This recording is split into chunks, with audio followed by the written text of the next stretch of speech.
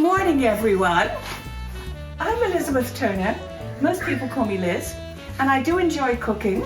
And so we're going to start off with the butter in the pan. And so I've got this old skillet. I've got it at 400 right now, and I'm going to put the butter in, and also add a quarter of a cup of water to that. And so this is not ideal to be cutting it up with a knife in the pan, but there we are. And of course, as you all know, it's important to keep the counter clear when you are cooking. So a quarter of a cup of water we're going to add to that butter, and we're going to add 1 cup of sugar. I need to put in half a cup of sliced almonds. It smells good already. So here we are. So that is all the ingredients. The butter, the water, the sugar, and the almonds. So I saw 1 cup of butter, salted butter, right? Normal salted butter. Doesn't really matter, but yes, yep. Then 1 cup of sugar meets quarter cup of water. Correct. Okay. And then half a cup of almonds. Half a cup of almonds. Yeah. Sliced, slivered, or chopped. Whichever you wish. Right, so we're just going to wait look for at that it. to It's bubbling change. up. Yes. The secret with this is to actually just keep stirring, because as you will see, it goes through a wonderful chemical change, which is what cooking is all about, and it will start to look very different. And Oh, it really does smell good. what is it? Oh, it smells like candy already. Yeah. Okay, so I'm just preparing the pan ready for the candy when it's ready. So that's just a cookie pan with foil on top. And once you get into the swing of this, I find it's best to make several batches the same day. Yeah. I mean, I won't be today, but typically I'll do 10 batches at once because it's so easy once you've got the ingredients out. And, yeah. So you can see the texture is changing. It's bubbling a lot, and very, very soon.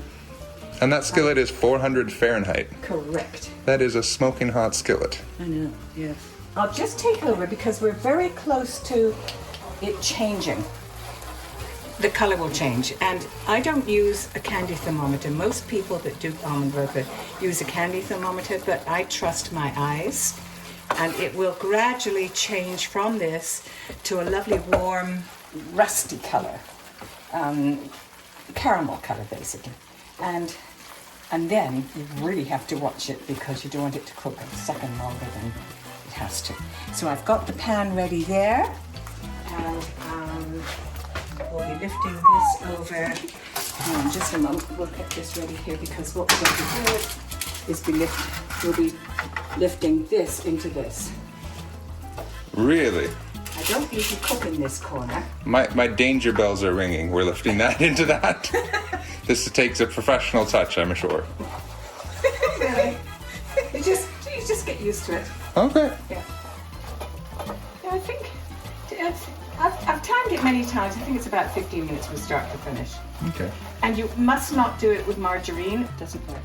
My girlfriend on Salt Spring tried it 3 times. I tried it 3 times. So you'd say, oh, I want to make it a vegan plant butter version, and you try to do this, it would just work. So you can see this is now pulling away slightly from the edges. It's very tempting to take it off the heat as soon as it starts to change, but it needs to be a caramel color but not burnt color, so we're almost there. Still a few light bits in there, you see? Yep. Oh, now. Okay. Right, let me just get rid of that. Out of the way. All right. And Ooh. It's the scary part. not a good idea to wear a scarf when you cook. No. Otherwise it might be caramelized. Only the professionals can do that. Now, you can see that a certain amount of butter is edging out of it, and that means it's ready. So, let's get this. So the clarified butter is kind of coming to the edges? Is that what we're looking at? Okay. And what I typically do a little bit later on is I'll just mop that up with a paper towel.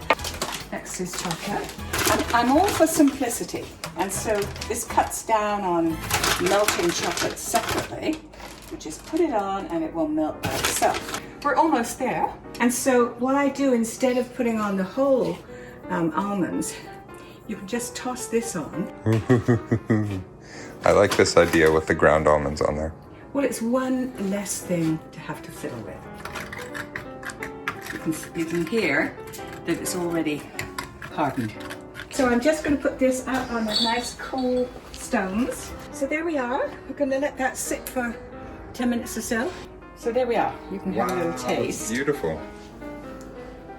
You can hold the plate too. I